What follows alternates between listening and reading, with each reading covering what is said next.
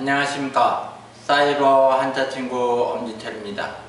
한자 능력 검정 시험 6급 배정한자 읽기 및 활용단어 읽기는 우리 학생들 스스로 큰 소리로 읽어주시기 바랍니다.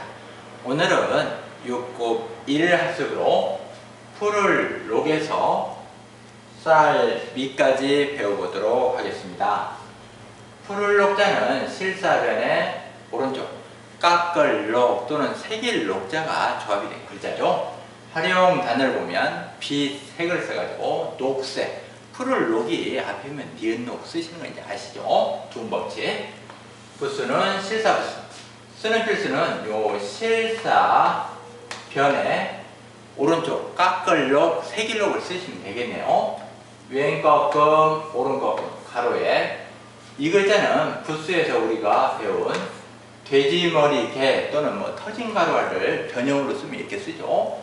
그 다음에 이 부분은 물수가 변형되면 삼수변 또는 아래 물수 그러는데 아래 물수를 쓰면 되겠네요. 왼갈고리, 점주, 치킨, 삐침, 파임을 쓰면 됩니다. 그 다음 법식내. 법식내자는 사람인 변에 벌릴 열자가 조합이 된 글자죠. 활용 단어를 보면 일, 사를 써가지고 우리가 사례 어떤 있었던 일을 신뢰를 드는 거고요. 사례죠. 부수는 사람인 부수. 쓰는 필수는 요 사람인 변에 우리 학생들이 요 벌릴 열자를 아직 배우지 않았기 때문에 요 뼈 앙상할 아래 칼도가 변형된 성칼도방을 쓰면 되겠죠. 그 다음 예도래. 예도래자는 보일시변의 내라는 음은 요 구분 그릇 내라는 글자가 음을 내고 있죠. 활용 단어를 보면 아침 조를 써가지고 우리가 조회 회사라든가 이런 데 보면 학교라든가 아침 조회 하죠. 이럴 때 사용하죠. 부수는 고일시 부수. 쓰는 필수는 요 고일시 변에 오른쪽 굽 높은 그릇 예가 음을 내고 있죠. 굽 높은 그릇 예자는 우리가 풍년풍의 약자로 많이 사용이 된 글자죠. 이 자가 굽 높은 그릇 예라는 글자인데 우리 학생들이나 위급에서 배운 학생들은 다 요 풍성할 풍 또는 풍년풍이라고 하는데 주로 약자 글자로 이 자를 많이 사용해요. 근데 이 글자 본래 fun음이 굽 높은 그릇 예라는 글자예요.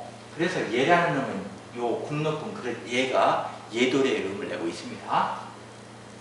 이 예도래자는 약자가 있죠. 고일시변에 새가슴을 쓰면 되겠네요. 그 다음 오얏니. 오얏니자는 나무목의 아들자가 조합이 된 글자죠. 이 오얏을 우리 학생들이 잘 모르는데 오얏은 자두나무를 우리가 오얏이라고 합니다.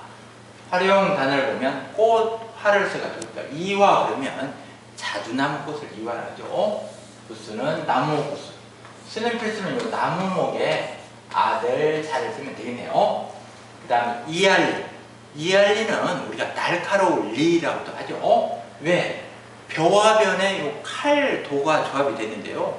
예전에 벼를 베려면 낫을 날카롭게 갈아야 된다는 걸 알 수 있어요. 근데 이롭다는 뜻은 자기가 어떤 논에 있는 벼를 벼서 집으로 갖고 온 건 이로운 거죠. 그대로 논바닥에 놓으면 새들의 어떤 먹이가 되잖아요. 그래서 이로울리의 활용 단어를 보면 편할, 편을 써가지고 편리. 부수는 요 칼도 부수도. 쓰는 필수는 요 벼와변에 성칼도방을 쓰면 되죠. 저도 요즘 들어서는 참 편리해요. 왜? 인터넷으로 가르치다 보니까요. 예전 같으면 항상 전화 받는 게 거리가 멀다, 저 지방인데 어떻게 배우느냐, 그 차는 좀 어떻게 되느냐, 항상 묻는 게 그런 거거든요. 근데 요즘은 인터넷이 되다 보니까 제주도든 부산이든 관련이 없죠. 거리하고는 상관이 없더라고요. 인터넷을 보니까요. 그러니까 참 편리한 세상인 것 같아요. 이럴 때 사용합니다. 그 다음 다스릴리. 다스릴리 자는 구수록변에 리라는 음은 마을 리가 음을 내고 있죠.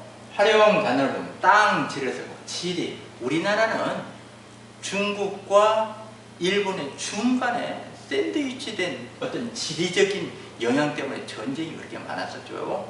우리가 역사 공부를 하다 보면 그럴 때 사용하는데요. 부수는 요 붓으로 붙죠. 쓰는 필수는 요 붓으로 변해 마을 리자를 쓰면 되겠네요. 그 다음 발글명.